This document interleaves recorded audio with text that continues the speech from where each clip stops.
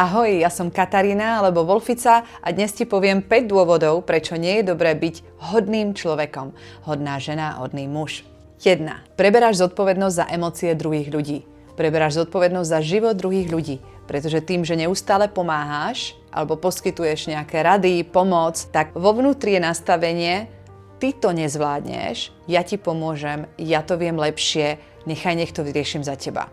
Čo sa pri tom deje, je brániš ostatným v ich vývoji, brániš im prevziať si ich zodpovednosť za svoj život, brániš im, aby sa posunuli vo svojom živote, aby sa mohli ďalej vyvíjať. Nechceš druhým spôsobiť bolesť? Skutočnosť je taká, že keď ostatní prežívajú negatívnu emóciu, tak ty prežívaš zlyhanie, že si nezvládol zlepšiť im náladu. Toto je starý zvyk, ktorý pochádza pravdepodobne z tvojho detstva. Ako z toho von?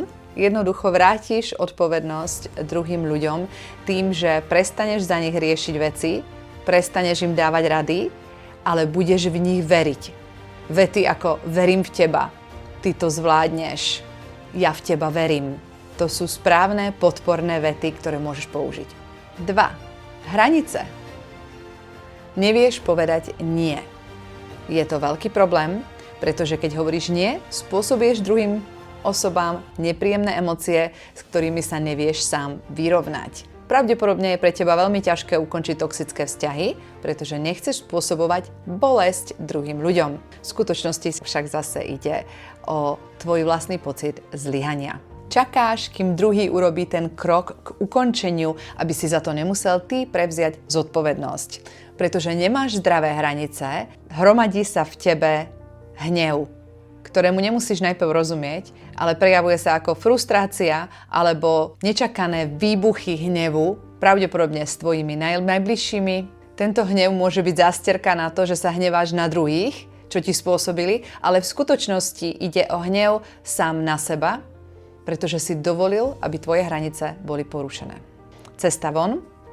Zdravé hranice sám pred sebou. Neurčuj hranice pre druhých ľudí, ale sám pre seba. Pred sebou. Pred stretnutím s nejakou osobou si určí, kam až pôjdeš a kedy povieš nie, ako povieš nie. Trénuj si pred zrkadlom, ako znie laskavé nie, kde si pevná, sebavedomá a zároveň chrániš svoju energiu.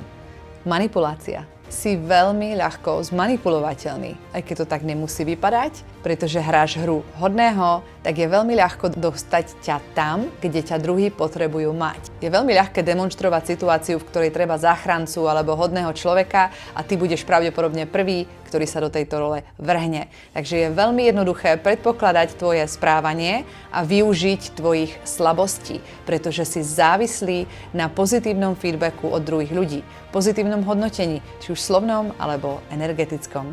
Cesta von.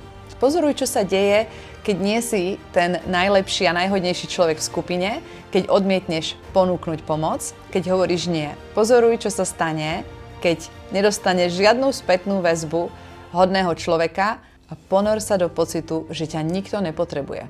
Pre teba je toto veľmi zdravý a liečivý proces, práca s vlastným egom. Pozoruj svoju reakciu na pozitívne hodnotenie, ktorú tvoju často vyživuje. Doplňuj svoju energiu iným spôsobom, než je hodnotenie od druhých ľudí.